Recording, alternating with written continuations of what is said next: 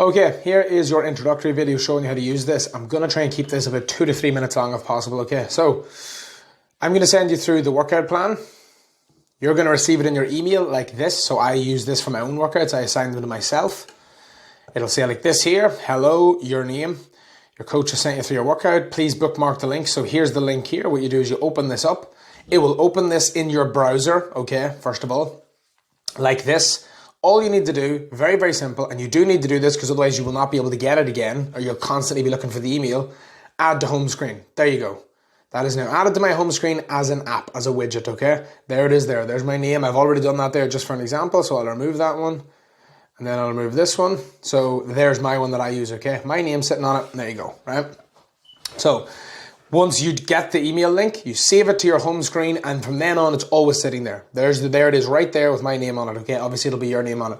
Here's the workouts here. Very, very simple. Here's the workouts that you're doing currently. There's the previous plans that you've already completed, okay? So these are the ones we're on in next plans. There's my next planned workout, okay?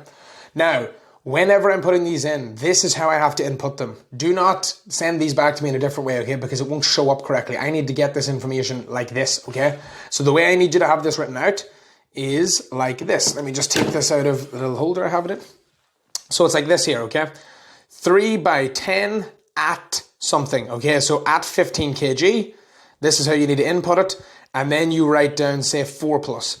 Now, what that means is you did 3 sets of 10 at 15 kilograms, which is the weight that I have in the workout. Obviously, it's different on this, but I'm just using it as an example. And then 4 plus means that after your final rep of the final set, you're guessing that you could have done 4 more reps. Okay, that's the idea behind that. So what you're basically just putting in is the reps, the sets, the weight, and then how many more or less you could have done. So say if it was 3 sets of 10 push-ups at body weight, 3 sets of 10 at body weight, and let's say you failed your 3rd set on the 5th rep.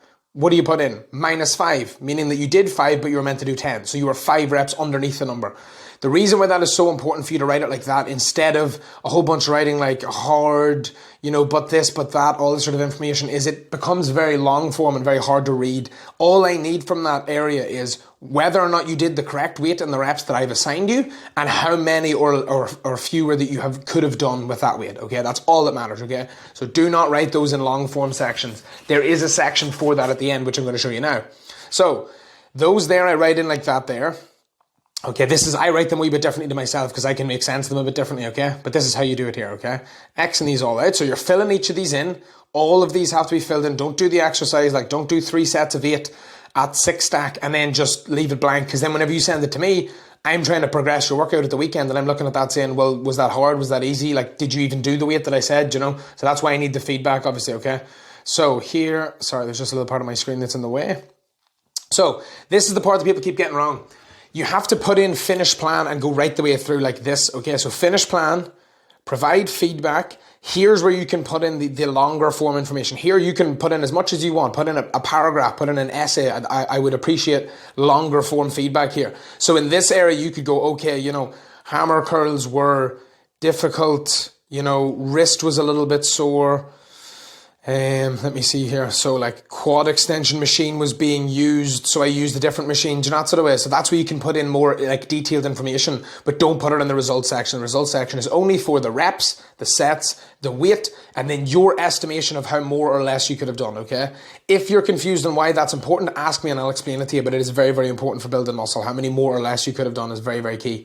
So continue to post-plan survey. So this is the part where people go wrong, right? They think when they're here, you're done, that's it, you're not. If you don't hit that finish button there, that will not fully submit, okay? So you need to go right the way through until it shows blank. Now, I don't want to put that in there because I need to do this workout, so I don't want to submit it and then have to put it back in. But you have to go right the way through, okay? So hopefully that makes sense for you. It's pretty simple. Make sure it's fully submitted every time and then go back to here in your dashboard and check. It actually has submitted there for me. So check here that it's gone. So that was the pull workout and it is now gone. It then shows up to myself here, and I'll just show you here very, very briefly. It shows up to me in clients list.